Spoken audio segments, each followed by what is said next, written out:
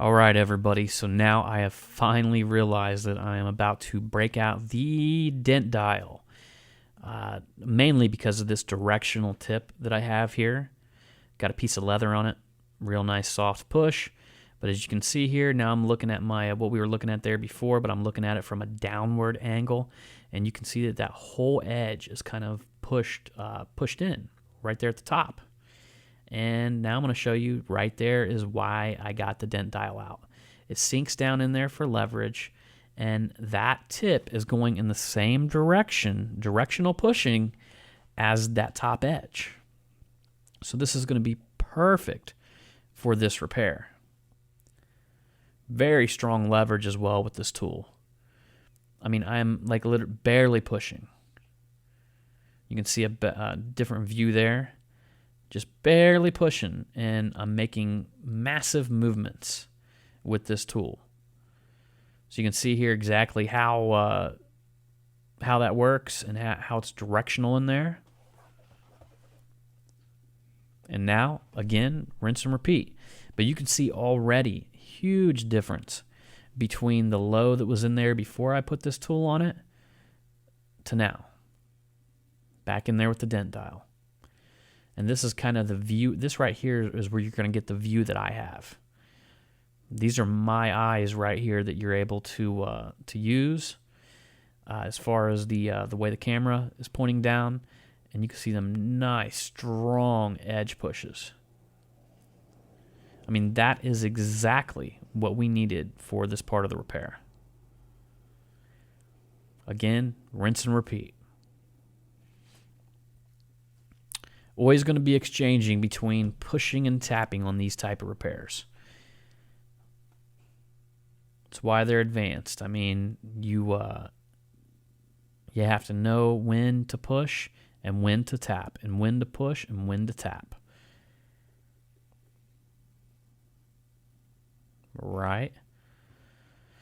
So now we're going to go ahead and put the heat up there on that top edge again. Evidently, we're kind of worrying about crackage at this point. And they're using the dent dial, which is a real strong tool. And just want to be careful. I mean, that edge was the tightest little edge and the tightest little part of this repair. And during this whole pushing process, there's heat on the other side of that. Now, what I like about using the leather part of the dent dial is that you don't have like a soft tip tool. When you're doing your pushing with that, it can actually blow out because of the heat because it's made of rubber. But anyway, to get back to what we're doing here, now as you can see there, I'm just straightening the edge again. There, yep. See, that actually looks real nice on that edge. Doing a little bit of knockdown work up there in that channel because that channel will buckle out as well. So now, going in for some finishing work. You've seen this in a lot of my videos, this tri-bend pick. What a lot of people don't know is it actually has a custom ground down tip on it that is about the same size as orange peel. It's not super sharp, it's not super dull, but if you compare the size of it to standard orange peel, you got about the same size. Now just making little bitty pushes. Trying to basically connect the dots in there, and I'm leveraging against the inside of that panel. There you go. There's a nice little close-up for you. You can see all of that reflection there and how you got little bitty dots that are running through that reflection. Well, we're at the point where this tool is going into every one of them little bitty dots and trying to get right behind each and every one of them and push each one up. But we're not trying to put aggressive push marks. We're just trying to do what's called blending the orange peel. Take a step back there. There's another view of where I'm at. Basically, that natural reflection that you see there, I'm trying to make it straight again. Trying to take them little micro mini dents and hit each one of them from the backside. Little by little. There we go. Now we're at the bottom of the dent. Same scenario here. I am just literally, what a lot of people call this at this point is picking it clean. Taking nice little bitty pushes, if you will, and playing a game of connect the dots. Yep, see, notice that little crown right back there? What I noticed here is that little crown right there was holding pressure, wouldn't allow me to get much movement up ahead of it. So that thing's got to go. Pulling too much tension. There's a nice little view of what we got going on here so far. It's coming along, but it's little by little we're getting her. There you go. Take a nice little natural view of what we've got so far.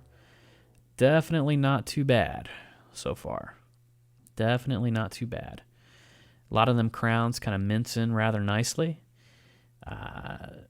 Very pleased so far with the results. So I'm at the point to where we can do a little bit of wet sanding and polishing. On some of these extreme repairs, I like to do this because it does make it better. I mean, there was a deep amount of metal there that needed to be shrunk. And we did that. Going to be using the 3M rubbing compound here. That's body shop safe stuff. So you got that on your cart. You won't have any body shop guys harassing you if they notice a flaw in your paint job. First thing they do is walk around the shop and check out the new guy that's in there and see if he's carrying something that could have caused it. WD-40, big no-no in body shops. But there you go. You see me polishing it out by hand, doing a little bit of blending work here. You know, once you're done cleaning it up a little bit, I'm just kind of blending that whole line out. There you go. Gonna run in there and take some more pushes. Still using that tri-bend pick with the tip same size as orange peel. And just pushing around there.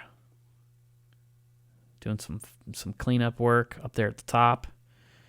You can see very tiny pushes there, just connecting all the little dots that I possibly can.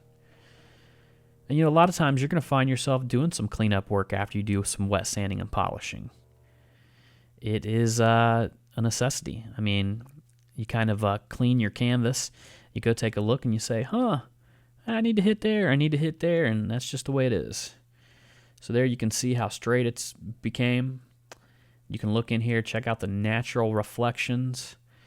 I mean, you know, I'm not saying it's perfect, but for a dent that was this deep, it definitely came out to my satisfaction and definitely came out to the customer's satisfaction.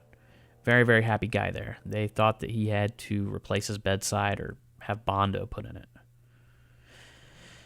So now there you see me doing a little touch-up. Down in there, it looked like I might have chipped a little bit of the paint on the inside of the panel there, so you definitely want to touch that up. Keeps it from any type of corrosion. And there we go. Got the taillight installed. Now this is the point where you're trying to figure things out. You're like, is my edge good? You know, am I lining up right? And that's exactly what I'm doing here. So made the decision to go ahead and tighten it up. And there, right there, is just a little bit out of line. Now, I tested this quite a bit, and I'm not denting it whatsoever, trust me. That is just holding some pressure there, going inwards while I'm pushing towards the other light there. So I'm literally was pushing some pressure in and pushing it out.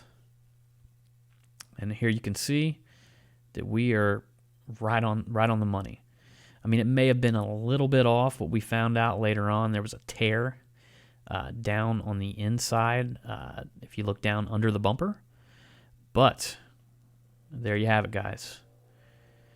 That's about the best natural reflection you'll get. You can see that the curve is back in the outside of the panel there. And let's take a look at it outside. Customer couldn't believe it. Customer couldn't find it. We obviously, being dent technicians and folks that are learning and experienced dent technicians, we can see a slight little flaw that nobody will ever notice.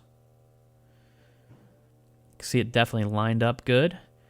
And anyhow, I appreciate you coming with me here on this tutorial. And you can see the gap in between the tailgate and the rear of the bed is good. And we had a little bit of scuff that we had there prior, but that was there already, so he already knew that wasn't going to come out. All right, folks, I'm going to go ahead and wrap this one up.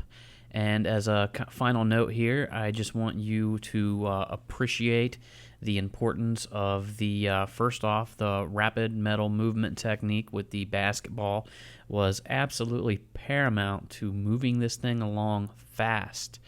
Number two, definitely the heat gun setup, keeping it nice and hot right there, prevented a major crack or a major blowout. And then the dent dial, also the doodah as well. That kind of helped start us out, helped get that great soft tip leverage. But the dent dial definitely with the directional pushing right there at the top was absolutely a necessity for this type of repair. It would have taken me much, much longer without that tool. And, you got to be thankful for the soft tips and the tools like the dent dial. Very innovative, and that's about it. We look forward to seeing you on the next one.